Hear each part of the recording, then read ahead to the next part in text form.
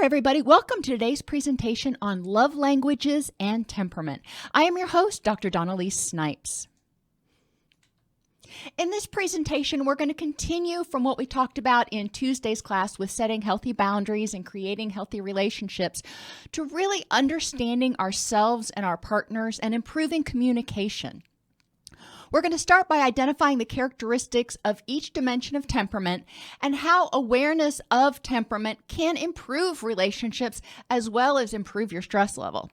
We will also finish by learning about love languages and how those love languages can be used to enhance relationships. And we'll explore how temperament and love languages actually kind of dovetail with one another.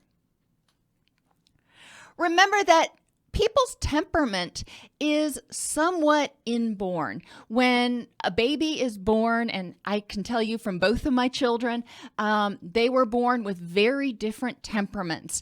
My son, you could set your clock by him from the time he was an infant, when he would go to sleep, how long he would sleep, when he would be hungry. He had a very rigid clock, and he always liked structure. When he started preschool, I'll never forget one of my favorite stories. He went to preschool, and normally at 8 o'clock, they had circle time. Well, on this particular day, it was somebody's birthday, and the parent had brought in goodies and stuff so they could have a little bit of a birthday celebration at 8 o'clock. And Sean just was not going to leave the circle rug. And his teacher tried to coax him over to where they were having the birthday party.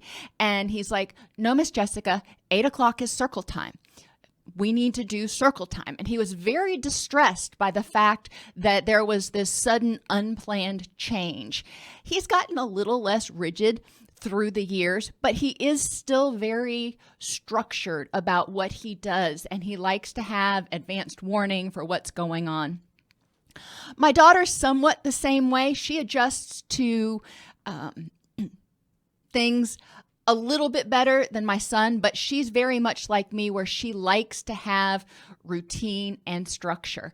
Now, in terms of temperament, my daughter tends to be very much an introvert. She gets exhausted when she's around a whole bunch of people. She'll even tell me when she was younger, we would come home from shopping or whatever, and she would tell me, "Too much extroverting today. I need to go to my room and have some quiet time."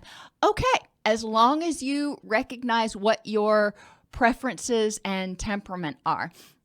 So it's been interesting watching these two young people grow up and be very different in terms of their temperament.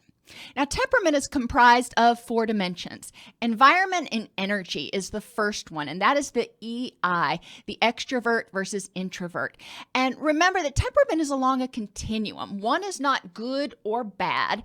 They are just very different. They're polar opposites. The great thing is if you're in a relationship with somebody who shares your temperament, you're going to be like peas in a pod. If you are in a relationship with someone who has the opposite temperament, they actually often may have somewhat of a moderating effect, keeping you from going too far in one direction or the other. So you can be in relationships with people with completely opposite temperaments. My husband and I are totally polar opposites in our temperament. And that's why we work so well together in the business. He has much more attention to detail. He's much more of a thinker type person, a fact-oriented type person, where I tend to be more emotional. He tends to be able to adopt or adjust when things don't go well, when something happens, the website goes down or something. I don't drop back and punt well. If something unexpected happens, it throws me for a loop. So we balance each other. We synergize beautifully. So the first dimension, as I mentioned, is environment and energy, or your extrovert and your introvert. The second dimension, and there are 4 dimensions, is what I call mental conceptualization. Sensors, the S people, tend to focus on bottom up. They focus on details. They're the people who, when they're doing a puzzle, they don't look at the picture. They want to put the puzzle together and be surprised. The intuitors are the dreamers. We are the top-down people. We tend to think in terms of the big picture and then deconstruct. Again, with the puzzles. When I do puzzles, I like to be able to see what I'm working on so I can have an idea where the different pieces go within the big picture. A sensor doesn't need that. Sensors tend to be more focused on details and may miss the big picture. Intuitors tend to be more focused on the big picture and may miss the details. Again, in business, my husband and I balance each other out so well that way because he's much more of a detail person and I am the one that comes up with these grand ideas and I can just say, make it so. The third dimension is what I call motivation and meaning. In temperament terms, this is thinkers versus feelers. Now, there's a common misconception that thinkers are insensitive, that they don't feel things, and that is so not true. They just react differently, and they're motivated by things differently than feelers are. Thinkers are motivated by facts and justice, where feelers tend to be motivated by harmony and compassion. And I will, give you some anecdotes as we go through about the difference between being a thinker and a feeler.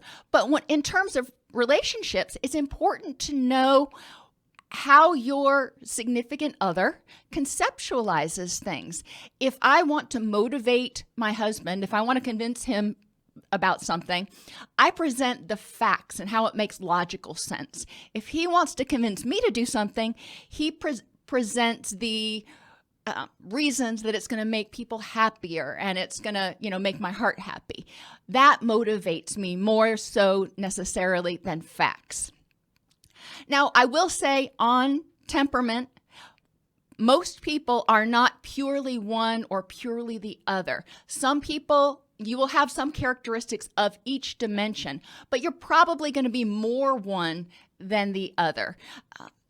Time management and structure is the fourth dimension. And in terms of temperament, they call that judging versus perceiving.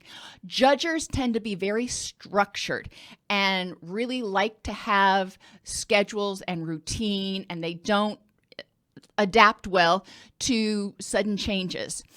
Perceivers tend to like things that are much more spontaneous, and they have difficulty managing their time if it is too controlled. If they are being micromanaged, they get very frustrated. They need to have a little latitude. Again, you're going to learn more about how these things apply as we go through the different things. But I want you to conceptualize, again, the temperament. Each person has 4 dimensions. The first is the environment that they prefer and where they draw their energy from. The second dimension is how they conceptualize things. Do they focus on the big picture or the details? The third dimension is how they find motivation, what motivates them and how they make meaning out of when things happen. Whether they focus on the facts and the logical consequences, or they focus on their heart and harmony. And the fourth dimension is how people prefer to manage their time. Judgers really tend to like to have structure and predictability. Perceivers really like spontaneity. And you can see how when you have people in relationships with opposite temperament preferences, there's going to have to be a little bit of communication and compromise. Let's start out by talking about the first dimension, the environment dimension, extroverts versus introverts. Extroverts tend to be expansive and less passionate. They are people who want to know a little bit about everything. They are thirsty for knowledge, and they want to dabble. They want to try things, and that's awesome. An introvert also thirsts for knowledge, but they want to do the deep dive. They are going to learn about one thing and learn about it intensely. When my children were born, my son was a micro preemie, and when he was born, I ordered just about every book I could find on parenting preemies off of Amazon at that point in time. And I just read and read and read and tried to learn and tried to connect with people. This was before the internet was super big. So there were fewer resources online. I was actually using paper books. Oh my gosh, believe that. So to a certain extent, I am an introvert there. I'm kind of in the middle on the EI continuum, if you will. Extroverts are really easy to get to know, partly because they love to talk, and they talk and think at the same time. They love meeting new people. Introverts also like to talk. It's not that they are antisocial. That's another misconception. Introverts are very social people. They are intense people, though. They can be a little bit difficult to get to know because they have to exert more effort to meet people. They are more aware of what's going on inside them. So when they're in an environment with a lot of people, keeping track and being aware of all those nonverbals and what's going on can be exhausting. There's just so much input that's bombarding them. Introverts tend to need downtime every day. They need a little time to stop and regroup. Extroverts, on the other hand, are more aware of what's going on around them than inside them. So if people around you are energetic and enthusiastic, you're going to draw energy from them. I tend to be an extrovert. I love I love going to the gym to work out versus working out by myself. I draw energy just from being around those people, even if I don't talk to them. Just considering what stresses one person out. When we have celebrations at our house, my husband is very much an introvert. When he wants to celebrate something, he wants to go to dinner, he wants to have quality time, he wants to maybe do a double date, but more than 4 or 5 people starts to get overwhelming for him. It's not that he doesn't like people, it's just in terms of having to manage the energy expenditure, it gets very draining for him when there are more people than that. My daughter is the same way. I tend to be more on the extroverted side. I love being around people. So for celebrations, I like going out to restaurants. I like being around a lot of people, having 15 or 20 of my closest friends come over. That's what I prefer. When I am thinking about, okay, how can I do something nice for my husband? It is important for me to remember what his temperament is. And we're going to talk about love languages a little bit later. But for example, quality time. For spending quality time with him would be a small group of people or just the two of us, for example. And quality time for me might be something a little bit more active or interactive. Extroverts tend to figure things out while we talk. We talk and think at the same time. Sometimes it's like there's no filter. As we're thinking, we're just narrating what we're thinking as we go. When I get upset, for example, I need to talk it out. I don't want to go sit and think. But if there's nobody around, I talk to my dog, I will tell you. Or at least, I tell people I'm talking to my dog as opposed to just talking to myself. But I talk it out. That is part of my extroverted nature. Introverts are processing things, but they like to go somewhere and think and process what's going on and then come talk about it. So if you've got an extrovert and an introvert in a relationship, it's important to recognize that the introvert, if there's something going on, the introvert may need some quiet time to go think about what's going on and then come to the discussion. The extrovert is really going to want to talk about it right now. Both partners have to be compassionate with one another. The introvert needs to say something like, okay, give me 30 minutes. Give me 30 minutes to think about it, and then we will talk. So the extrovert's not going, okay, when can we work this out? The extrovert may need to have a friend that they call and talk to, or a dog that they call and talk to, or talk to themselves, or just distract themselves using distress tolerance skills until the introvert is ready to talk. But by giving a time limit, The extrovert's not left hanging, but the introvert isn't going to be interrupted, which takes us to our next issue. Extroverts don't mind being interrupted at all. Since they are, pretty expansive, they're aware of what's going on around them. When they are interrupted, it's not jarring to them. Introverts, on the other hand, tend to be doing that deep dive. They know what's going on around or going on inside of them. So when something interrupts them, it kind of jars them out of themselves again, out of their own head. And that can be stressful for the introvert. Introverts also, because they're doing that deep dive, have a hard time switching gears instantaneously because of an interruption. Recognizing that an extrovert can work, for example, in the dining room. An introvert may need to go to an office or, their space where they can have some quiet time. And it's just important in terms of stress management for both people to recognize what's going on. If you do have an introvert in the relationship, recognizing that they dislike being interrupted, so figuring out how to adjust what's going on. For example, if you've got a young child in the house, children don't understand time limits and not interrupting or anything. So it's important to make sure that maybe the extrovert is willing to handle child duty while the introvert is doing something. And then when it's time for the introvert to do child duty, that is what they're focusing on. So they're not having to try to switch gears back and forth, back and forth.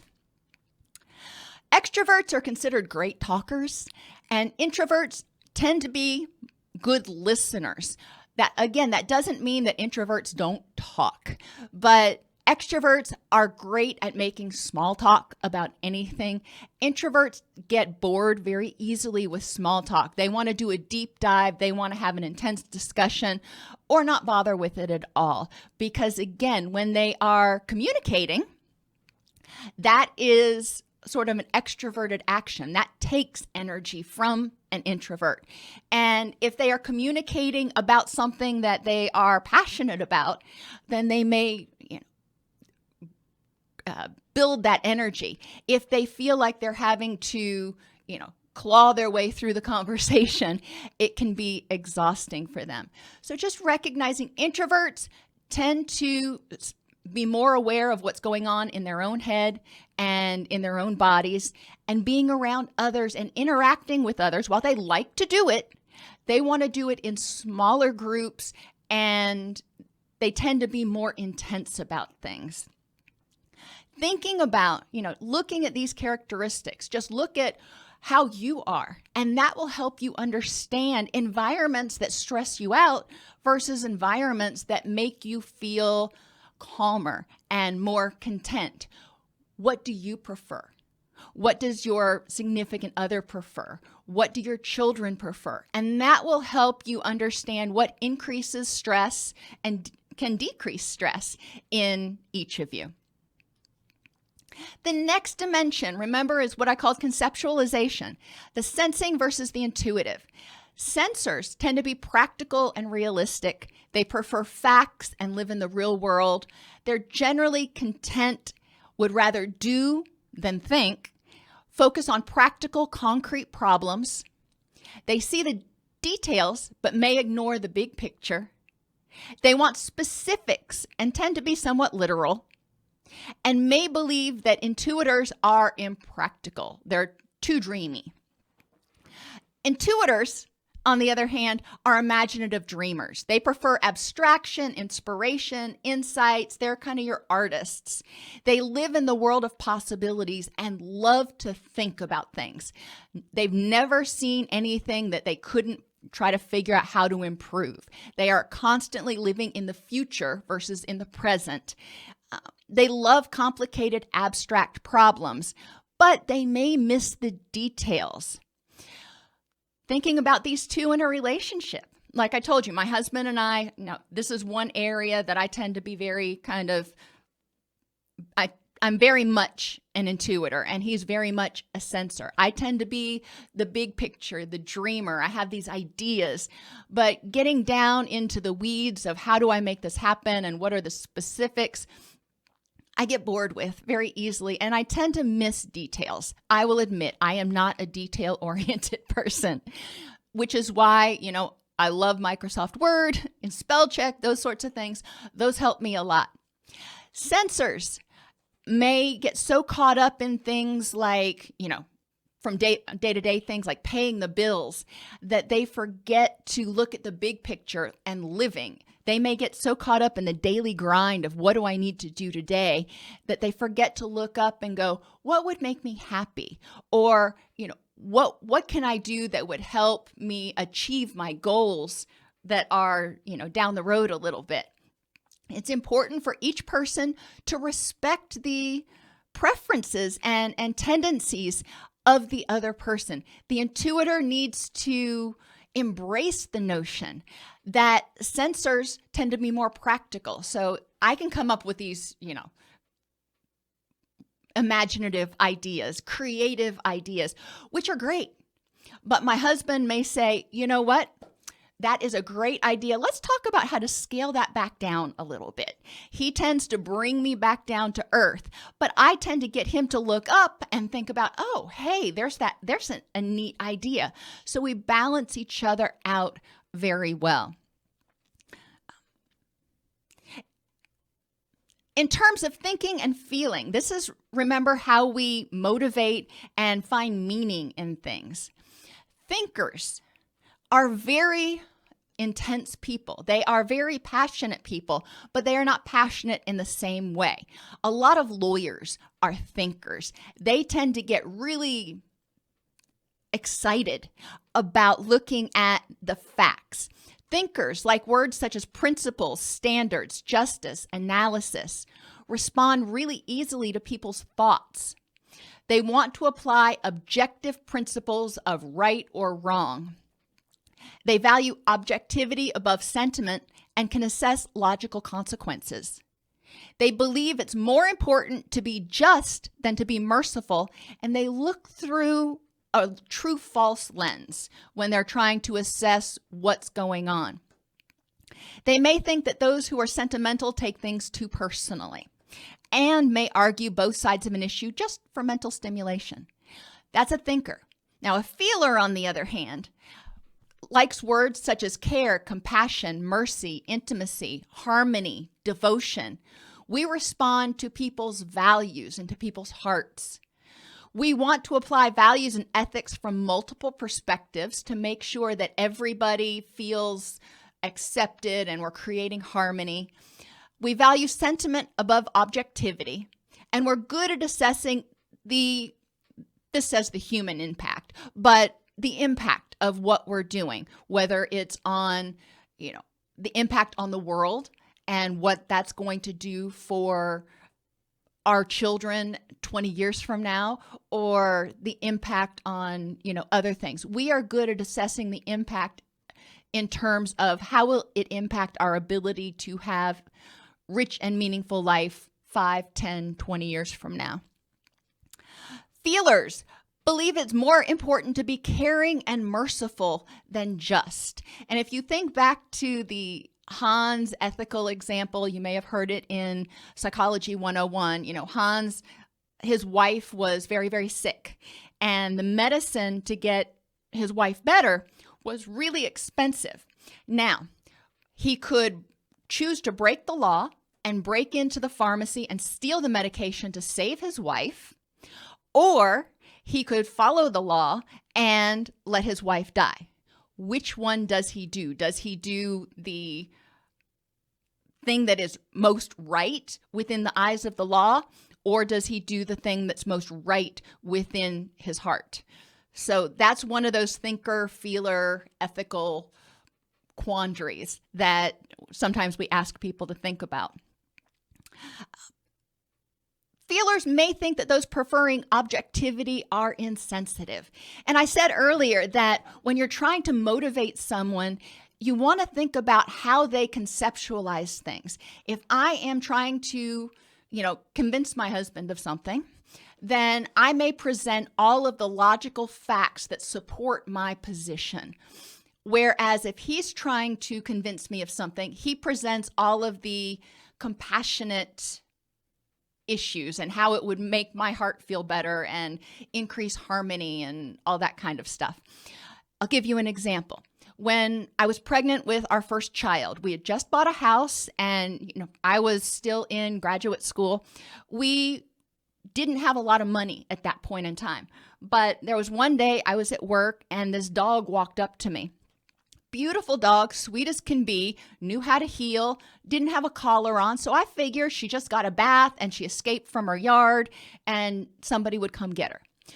Well, called the pound. She went to the pound and I kept calling to see if they had reclaimed her and nobody ever called to claim her. And ultimately, since she was an adult and she was a bulldog breed, they weren't even going to put her up for adoption. They were just going to euthanize her. Well, so knowing that we had a baby coming in, 2 or 3 months at that point is what I thought, and that we really couldn't afford another dog, I didn't push the issue. I knew logically we could not afford another dog and, I was just going to have to put it in God's hands. And I accepted that. And it made my heart hurt like nobody's business, but I accepted that and I didn't push the issue because, I knew if I told my husband I wanted to adopt the dog, he'd say, yeah, we don't have enough money. Well, lo and behold, that wasn't actually right. I remember one night I was laying in bed. This was, after her hold period was up and nobody had claimed her. And he informed me that we were going to go adopt the dog the next day. And I said, but we can't afford it. It doesn't make sense to adopt this dog right now because, we have a new baby on the way. And his response was, 15 years from now, I'm going to be hearing about that daggum dog that you feel that you caused her death because you sent her to the pound. We will find a way to be able to afford one more dog right now because that is going to hurt your heart and that's going to sit with you for 15 years. And he was probably right, but he put himself in my position and imagined what I would be thinking, and I put myself in his position and imagined how he might be making meaning of this situation. And interestingly enough, we kind of crossed each other, and ultimately we ended up getting the dog. I wasn't going to argue if he was willing to do it, but that's part of being in a relationship and understanding the factors behind it.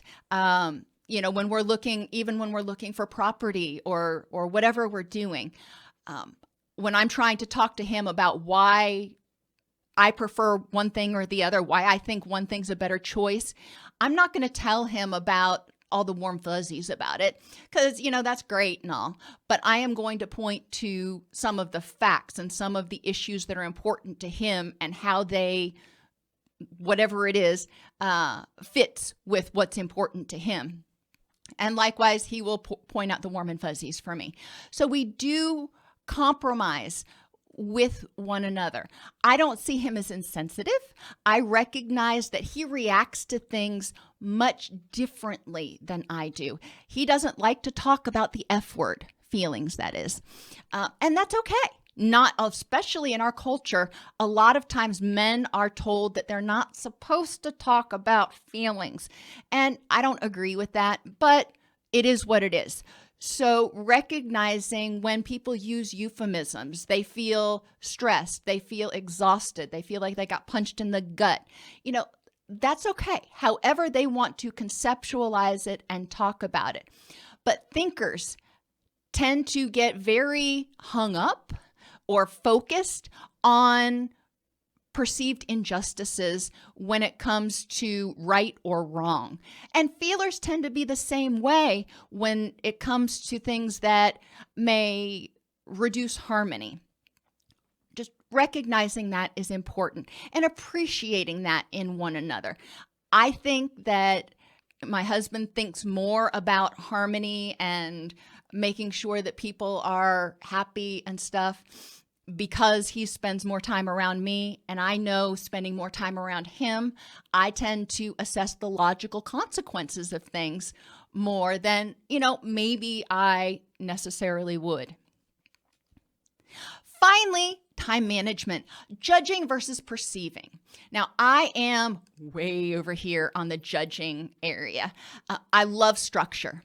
If you call me tonight and say, hey, let's go out to dinner, that's not something I had planned. I have got laundry to do, and I've got 6 other things that are on my calendar, and that's what I had planned. My daughter is similar. If she does not leave for the gym by 6:30 in the morning, she is not going to the gym that day because 6:30 is when we leave for the gym. And she tends to be very structured and somewhat rigid in terms of that. So recognizing that judgers like to plan ahead. We love having push notifications in our phone. We love having calendars and day planners and all that stuff. So we know what we're doing and we know what's coming up. We tend to be self-disciplined and purposeful. We thrive on order. That goes for our environment to a certain extent, but we thrive on being able to anticipate what's coming up. We don't like surprises. We tend to get things done early, plan ahead, and work steadily. We define and work within limits. When I was in college, if I had a paper due on Thursday, I would make sure I had it done on Tuesday because I wanted to make sure that I had it done and printed out and there was no issue with the printer or anything like that. So that is how I work. If we are leaving to go somewhere, if we arrive there 15 minutes early, by my estimation, we're on time. If we get there, quote, on time, we are late. Now, that's not how a perceiver works. That's how a judger works. Judgers like to be early. We like to plan. We like to have a little bit of wiggle room here and there and just, keep putting one foot in front of the other. Judgers may be hasty in making decisions because we don't want to spend a lot of time getting more information here and there. We make decisions based on the information we have at the time. And that can be good and that can be bad, but it is the way we are. They tend to be time and deadline oriented, which, like I said, love those day planners, recognizing how much time it takes to do particular things, and may think that those preferring spontaneity are too unpredictable. Judgers are excellent planners, but may not appreciate or make use of things which are not planned or expected. Like I told you at the beginning of the class today, I struggle quite a bit when something happens that I am not anticipating, whether it's something in the house and all of a sudden something breaks, or we just had a really horrendous storm, quote, tornadic storm, come through the other day and screwed up our shingles. And I hadn't planned on calling out contractors and everything. So that threw me for a loop. I'm like, okay, where am I going to work that into my schedule? Because I don't have that planned in. And causes me a lot of stress when things happen. My husband, on the other hand, he's like, okay, let's drop back and punt. Let's figure out, let's adjust. Let's do what we need to do. So it's important to recognize that judgers tend to keep perceivers kind of on a little bit on schedule, but we need to be careful not to micromanage them because they will feel hemmed in, they will feel stifled, micromanaged, whatever word you want to use. It is a strength, but being a perceiver and being able to adapt on a moment's notice is also a strength. Perceivers adapt as they go. They're flexible and tolerant and thrive on spontaneity. They may get things done at the last minute depending on a spurt of energy. Whereas judgers, we really like to have schedules and structure and have things planned even down to 15-minute increments. A perceiver is going to prefer to have a to-do list. I need to do these 10 things this week. So maybe I'm going to mow the lawn Monday night. Maybe I'll get a spurt of energy Thursday morning. I know I need to get it done, but I'm going to, just do everything that needs to be done, but when the mood strikes. As a judger, that would make me a little bit nervous or antsy. But as long as the perceiver knows what needs to be done within a particular time frame, they generally get it done. It just may be, all at the last minute. Perceivers tend to want more information and may fail to make decisions because they keep getting more information. They think there's more to know before I make the right decision. And they always think there's plenty of time. So perceivers often put things off because they're waiting on that spurt of energy and trying to get more information. It's important for perceivers to recognize that it's important to plan ahead a little bit so they don't get caught without enough time. Perceivers tend to think that those who are not spontaneous are too rigid. And one way in our relationship that we compromised was we schedule in a day for spontaneity.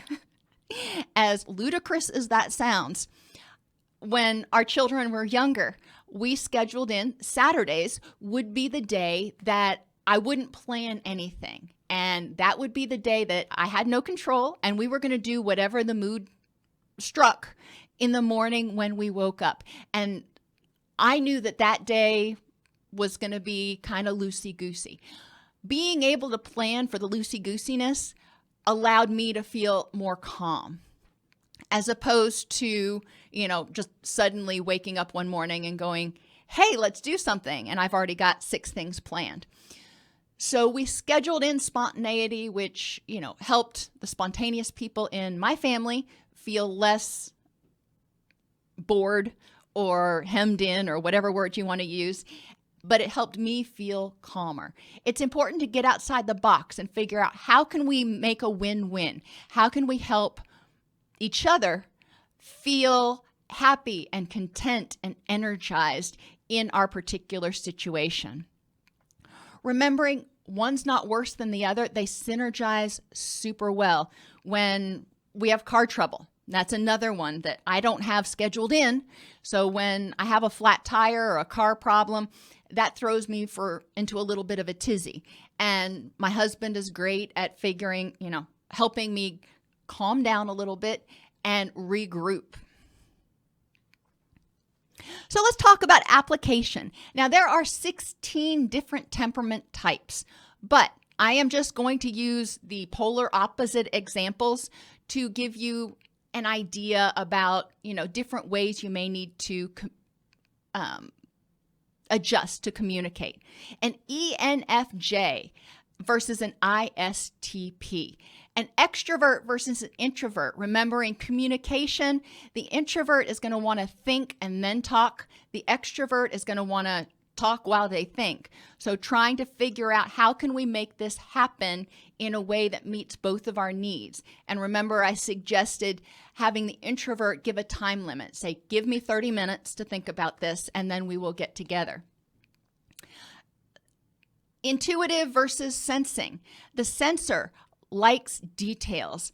The intuitor thinks broadly. So when you're communicating, it's important to figure out, what are the details of the big picture, and for each person to own which part of that they're concerned about, whether it's deciding on a vacation or what to do this weekend or the next house you're going to move into. The sensor is probably going to be focused on a lot of details, and the intuitor may be focused on the big picture. But you both, when you put them together, you get something that's much more three-dimensional, pulling on both of your strengths. Feelers versus thinkers. When you are communicating, like I said earlier, communicating to your partner in the way that they make meaning. You're going to help motivate a thinker by presenting the logical facts. You're going to help motivate a feeler by presenting the harmonious aspects of whatever it is. And in terms of communication, judgers really like to communicate ahead of time. They like to plan. They like to know. And they tend to be much more rigid in their expectations of what's going to happen. You're going to call me at this time. You're going to do this. Perceivers may be a little bit more loosey-goosey. So it's important to communicate in terms of communicate about response times and things when you're talking about communication between a judger and a perceiver. So the judger doesn't feel left in a lurch, and the perceiver doesn't feel like they are constantly being hounded. So let's talk about how all this applies to love languages really quick. And love languages are simple. Don't make them harder than they need to be. There are 5 basic love languages: quality time, acts of service, physical touch, words of affirmation, and gifts. Our love languages are largely developed as we're growing up, especially with that first attachment relationship, by the way that that person communicated love to us. If they were very touchy-feely, huggy, lovey, then we're probably going to experience love through physical touch. If your primary caregiver was not that way, then that may not be one of your primary love languages. Most people prefer 1 or 2 love languages, and it's important to understand that the way you experience love may not be the way that others in your life do. One of my best friends, his primary love language is gifts. When he is communicating love to his children, he buys them things. And his second one is quality time. When he communicates love to his children, they're going to the shooting range, or they're doing this, that, or the other. He's not going to be one that does a whole lot with words of affirmation, definitely not big on physical touch.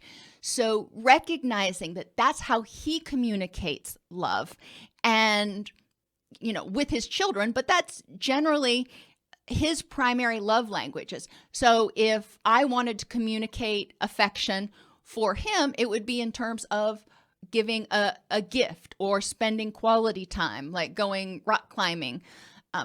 That would be communicating in his love language. Those are not my love languages. My love languages are acts of service and words of affirmation. So in order if he wanted to express affection for me, he would do something that was helpful for me, some sort of act of service, or just provide words of affirmation, say something nice. Not that hard to do. We are very different that way. My husband and I have different love languages. When I am trying to figure out how to express affection for him, I need to think in terms of what is his love language, not what is mine. I can give him words of affirmation and acts of service until the cows come home. But if that's not his love language, it's not going to hit the mark as well as if I think, what is his primary love language? For him, one of his primary love languages is physical touch. So, giving him a back rub or something could help him connect or feel affection more easily so than maybe acts of service. So he tends to be more along the physical touch and gifts area. He feels very strongly about giving gifts on, even Hallmark holidays and stuff. No matter how much I say, don't worry about gifts, I'm not worried about it, and truly am not. He still does it. But that's his way of communicating. It comes from his heart, and I have to recognize it comes from his heart. Acts of service are big for me. So he tried to communicate affection one time by, doing an act of service. And that was going out and hoeing my garden for me, because I have an organic garden and, there's a lot of energy required. Now, as a judger, I had already planned that day to do my exercise by going out and hoeing the garden for 2 hours. So his doing that for me, his act of service, came from such a place of love and compassion, but it stressed me out a little bit because that threw my schedule off. So this is how temperament and love languages dovetail.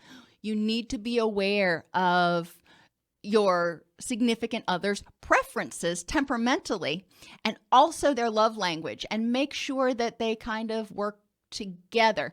So an act of service, if he wanted to do that, and compromise, and he does it this is what he does now. Instead of going out and doing it and trying to be such a sweetheart and surprise me, he says, would you like me to go out there with you and help? And that does as much for communicating affection for me as going out there and doing it for me. He's giving me the opportunity to say yes or no, which fits within my J personality. And thinking about, there's not a super lot of dovetailing between love languages and temperament, but it is important to recognize what your partner's love languages are and to communicate those, to communicate affection in a way that fits their temperament. If they are an introvert, maybe quality time for an introvert looks different than quality time for an extrovert. Talking with them about what is it that you think of, how do you define quality time? Everybody defines it differently.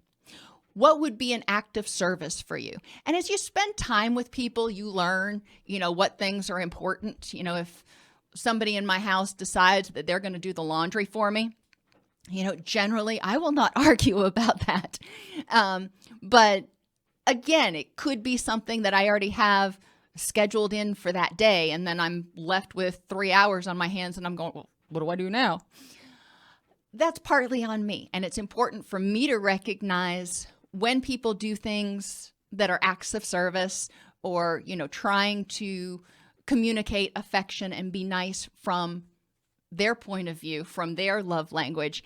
It's important for me to recognize where that behavior is coming from and receive it appropriately instead of necessarily just reacting if it causes me a little bit of stress. By knowing the love languages of your significant others, not just your partner, but your kids, your bosses, your friends, it's easier to communicate affection in a way that they understand. When, my best friend gets a gift, his eyes light up. It's just like, oh my gosh, I can't believe. And, it is what it is.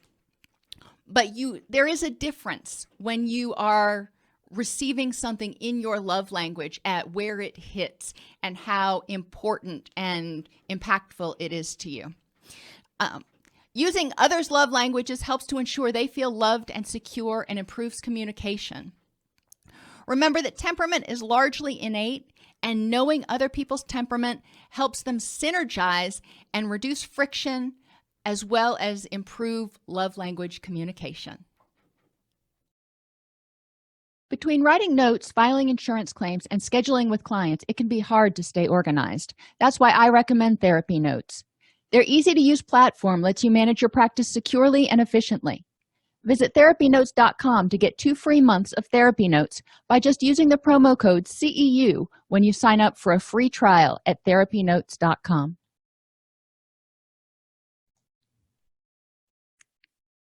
If this podcast helps you help your clients or yourself, please support us by purchasing your CEUs at allceus.com or getting your agency to sponsor an episode. A direct link to the on-demand CEUs for this podcast is at allceus.com/podcast CEUs. That's allceus.com/podcast CEUs. To sponsor an episode of Counselor Toolbox and reach over 50,000 clinicians per week, go to allceus.com/sponsor. Thank you.